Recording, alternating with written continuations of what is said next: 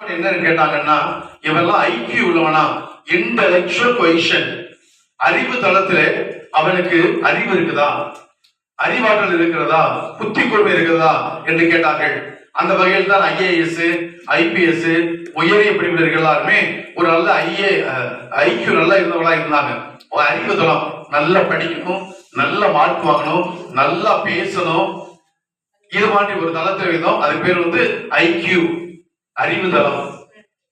அதற்கு அடுத்து பார்த்தாங்க, மனுஷன் படிச்சுட்டு விட போனாலும் அத்தாது. இப்போ ஃபார் எக்ஸாம்பிள் நான் வந்து ஒரு ஐஏஎஸ் அதிகாரி வச்சுக்கோங்களேன். ஒரு ஐஏஎஸ் அதிகாரியா போயிட்டு இருக்கும்போது என் படிப்பால உயர்ந்து போயிட்டு இருக்கும்போது ஒரு வயதான பெண்மணி வந்து, ஐயா எனக்கு வந்து மாதம் மாதம் பென்ஷனே வர மாட்டேங்குது, சாப்பிட வழி இல்லை, என்னுடைய பிள்ளைகள்லாம் கைவிட்டு போயிட்டாங்க, எனக்கு வாழ வழியே இல்லை அப்படின்னு சொன்னா, இந்தமா இப்போ போய் வந்து ஆர்டிஓ பாரு அவரை பார்த்து சொல்லிட்டு போனாங்கன்னா அவர் மனுஷன் இல்லை, அப்படித்தானே? ஏனென்றால் அந்த மனிதன் அந்த தாயினுடைய அந்த பெண்ணுடைய உணர்வை புரிந்து கொள்ளல.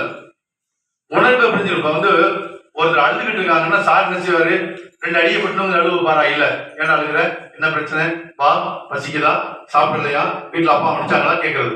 இதுதான் உணர்வு தளம். இன்னைக்கு படிப்பு வந்து நம்ம எல்லாம் உணர்வு தளத்திலே கொண்டு வந்து சேர்க்க வேண்டும். உணர்வு தளம், உணர்வு, ஃபீலிங், எமோஷன்ஸ் இது வெளிப்படுத்துகிற போது அந்த மனிதனை புரிந்து கொள்ள வேண்டும். அது ஆசிரியர் பெருமகளுக்கு பொருந்தும். ஆகவே ஒரு காலத்துல வந்து ஐக்கியூ இருந்துச்சு, அதுக்கு அடுத்து வந்து இக்யூ இருந்துச்சு, எமோஷனல் கொயிஷன்ஸ்.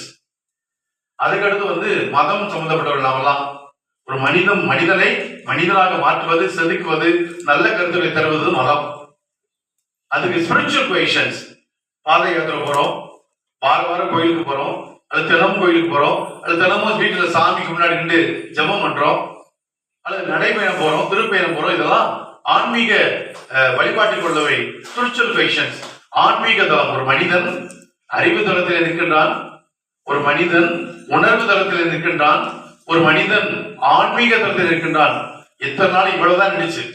இப்ப 2024, 25 அதிகமா சொல்லப்படுகின்றது வந்து ஆர்கியூ, ரிலேஷனல் கொயிஷன்ஸ்.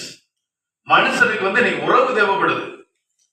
எல்லா விழாக்களும், திருவிழாவா இருக்கட்டும், வீட்டுல வைக்கின்ற தனிப்பட்ட நிகழ்ச்சிகளா இருக்கட்டும், திருமணமா இருக்கட்டும், எந்த விழாவா இருந்தாலும் வந்து அங்க வந்து ரிலேஷன், உறவுகளை வெளிப்படுத்துகின்ற ஒரு தளமாக மாற வேண்டும். ரிலேஷன் கொயிஷன் இருக்குதா? அப்ப என்ன அர்த்தம்னா, ஒரு குழந்தை அழுது கொண்டு வருகிறது என்றால் அந்த குழந்தையை பார்த்துட்டு நான் தாண்டி போயிட்டேன் அப்படின்னு சொன்னா, ஒரு உளவியல் சொல்கிறார், அந்த மனுஷனை சந்தேகப்படுகிறார். என்ன மனுஷனே இல்ல,